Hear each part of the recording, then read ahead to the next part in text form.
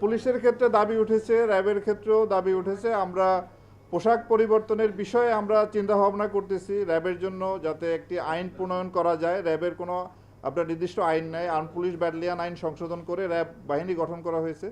আমরা র্যাবের জন্য একটা আইন করার চিন্তা ভাবনা করতেছি, এবং আর কোন কোন ক্ষেত্রে সংস্কার আনা যায় সেই বিষয়ে আপনাদের মতামত, জনসাধারণের মতামত সাপেক্ষে আমরা পরবর্তী প্রয়োজনীয় ব্যবস্থা গ্রহণ করব। তবে পোশাকের ব্যাপারে আমি একটা জিনিস মনে করি যে পোশাকের চেয়ে গুরুত্বপূর্ণ যে মানুষটাকে এই পোশাকটা পরানো হয় তারা। যেমন আমরা প্রতিদিনই ইউনিফর্ম পরি, আপনারা এক এক দিন প্যান্ট পরেন, প্যান্ট শার্ট পরেন, স্যুট পরেন, পায়জামা পাঞ্জাবি পরেন, ব্যক্তি একই। সুতরাং একজন ভালো ব্যক্তি যে পোশাকই পরুক না কেন তার কাছ থেকে আমরা ভালো জিনিসই পাবো। খারাপ ব্যক্তিকে আমি যত ভালো পোশাক পরাই না কেন তার কাছ থেকে আমরা ভালো কিছু পাবো না। তারপরও যেহেতু পোশাকের ব্যাপারে একটা মতামত আসছে, আমরা এটা সক্রিয় বিবেচনায় রেখেছি।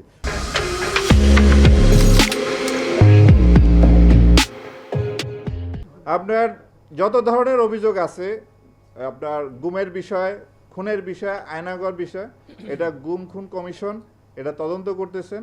আমরা তাদেরকে সার্বিকভাবে সেই তদন্তে সহায়তা করছি, এবং আমরা আশা করব এই তদন্তের ফলাফলের ভিত্তিতে একটা আইনগত ব্যবস্থা নেওয়া হবে।